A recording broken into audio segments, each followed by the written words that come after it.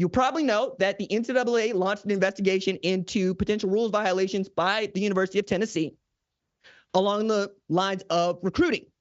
At issue here is that a group that calls itself the Spire Sports Group, Tennessee wealthy donors, may have paid for a private flight for Nico Iamaleava, got it, to fly from California to Tennessee on a recruiting trip, okay?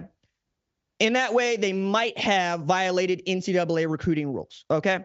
So investigating that. However, I found it kind of interesting that not that Tennessee was fighting this, because I expect every university to fight the NCAA. Even if they employ the NCAA, they feel like the rules are being unfairly enforced upon them as opposed to their partners.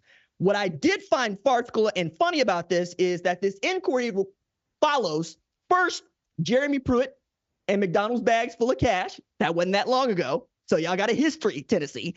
But also, it's this thing about talking out of both sides of your mouth if you're Tennessee. Now, the attorney generals for Tennessee and Virginia filed a countersuit or an injunction of sorts that was dismissed earlier this afternoon, claiming that the NCAA was thumbing its nose at law by prohibiting players from discussing potential NIL opportunities before they actually enroll.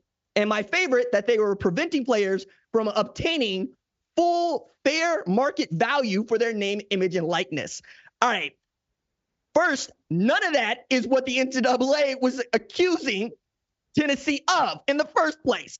Second in this is Tennessee is also a defendant in a case that is actually arguing for what the NCAA is trying to enforce. I told you to keep your eye on House versus NCAA just last week about what the sport is going to do in as far as pay for play. And the reason that I'm pointing that again is Southeastern Conference is defendant in the case. Tennessee is a member of the Southeastern Conference. And that case is a federal class action lawsuit in California where players argue that the NCAA's rules violate antitrust law by, quote, enforcing rules forbidding conferences from sharing broadcast revenue with players, denying revenue opportunities for college sports video games, barring NIL prior to 2021. And the case, which could go to trial in 2025, could also result in nearly $4 billion in damages if it goes that far. What the NCAA is doing is A, enforcing rules that are already on its books, and B, Tennessee, how the hell are you going to tell us that we're wrong to enforce these rules when you are part of a lawsuit with us trying to defend these rules? It just feels like Tennessee is trying to CYA, cover yours. And I get that. I understand. But I also kind of want to throw in here that these attorneys generals at Tennessee, Virginia, and frankly at Florida with Ashley Moody deciding to investigate antitrust lawsuit allegations against this college football playoff committee because they left Florida State out of their Final Four. They feel like political moves, feels like political posturing, and I can understand why. We are powerful as a constituency group, us being college football fans. You can do a lot of wrong, but if you choose the right program to get behind at the right time, we can forgive all that. And I understand, like you understand, Tennessee, that's the franchise in the state of Tennessee. Okay? Even the Attorney General for the Commonwealth of Virginia understands there's a franchise down there in Knoxville. And while I do not think that the NCAA picking this fight is making their job any easier, I do understand, hey, man, they got a job to do. This is the job they're being asked to do. This is the job they're going to do. I think that the NCAA is also trying to make good on these threats to investigate, like they said that they would years ago when name, image, and likeness rules were first put into play. Also tries to help them strengthen their arguments in court as they are getting slapped with lawsuit after lawsuit about amateurism and whether or not they are violating antitrust law. And most people believe that they are doing just that. Now, the they in here is kind of ridiculous because the they is us. The NCAA works on behalf of its member institutions, which is another way of saying, if you don't want to be a member of the NCAA, then don't be. But seeing as the NCAA governs the sport, it's real difficult to operate your own college athletics without the NCAA helping you referee. Now, This kind of gets into another discussion that we're going to continue to have about what the Big Ten and the SEC, particularly Tony Petitti, commissioner of the Big Ten, and the SEC commissioner, Greg Sankey, have to say about what the sport is going to be. And I think that is where I go with all of this, because regardless of what NCAA finds about Tennessee and regardless about what Tennessee thinks it did right, what we do know is players are making a lot of money on their name, image, and likeness.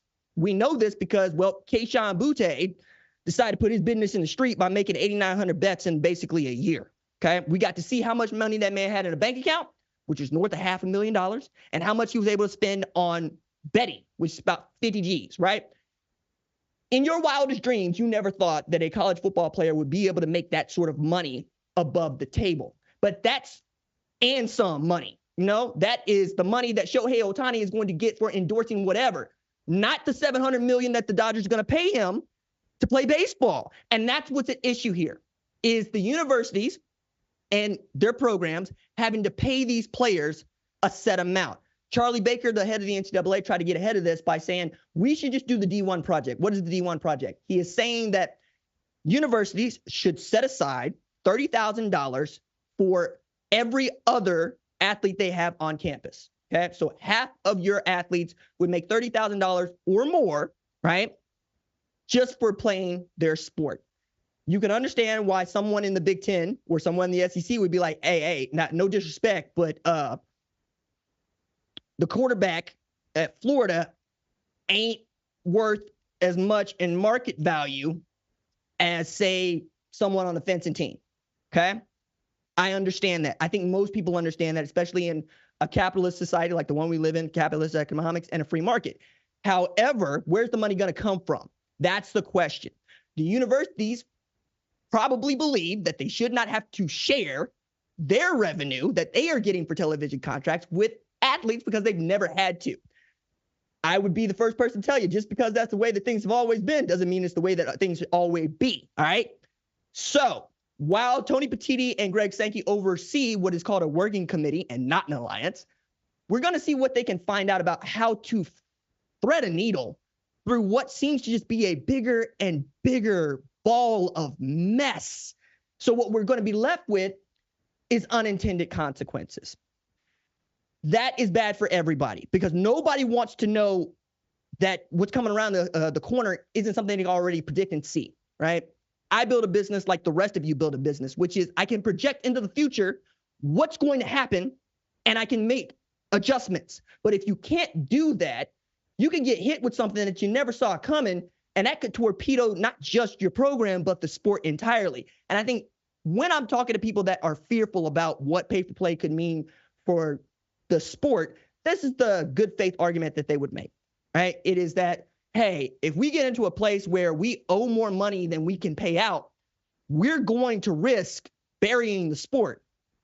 I don't think so, because I think college football is bigger than Wall Street and we find a way to bail it out. But I understand the need to be fiscally responsible with all of this. I also understand not wanting to overpay for talent because somebody else is. And that is how we get these coaches contracts that are way out of whack. Wasn't that long ago that $1 million was unheard of for a college football coach to make.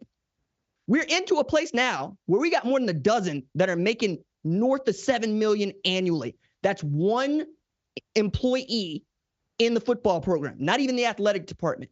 Where else are you going to get this money from? Because I understand that while some people think that college football is a license to print money, I can assure you every dollar that is accounted for is hard won. Okay. I'm curious to see where we land in as far as what we're willing to tolerate. And as far as 18-year-old, 19-year-old kid making $1 million to play college football. And then what rules we're going to put in place to try to curtail others from poaching, because yeah, they're going to pay taxes because I pay taxes because you pay taxes. I've been paying taxes since I was 14 years old when I was pushing grocery carts at Reezer's, okay? Bagging groceries at Reezer's. Stop acting like that's an impediment, okay? Don't also act like the kids can't spend their own money because you've done that and I do that. What's getting under people's skin is that an 18-year-old is going to make 10, 12, 200 times more than they are. Go play football. I mean, my favorite. If you don't like it, beat them. Until then, this is what it is. Now, I know that's a long way from Tennessee versus the NCAA, but I think that context was important for you to understand why we're talking about this stuff and what it's going to mean going into the future. Again, we're going to talk about this more on Thursday as we dig deeper into unionization and the future of college football in particular, name, image, and likeness. But this is a good place to leave this until we find out what's going to happen in court between the NCAA and Tennessee later this month. If you like what you've seen, consider subscribing to the #1 college football show on YouTube, the Fox Sports app, or wherever you get your podcast.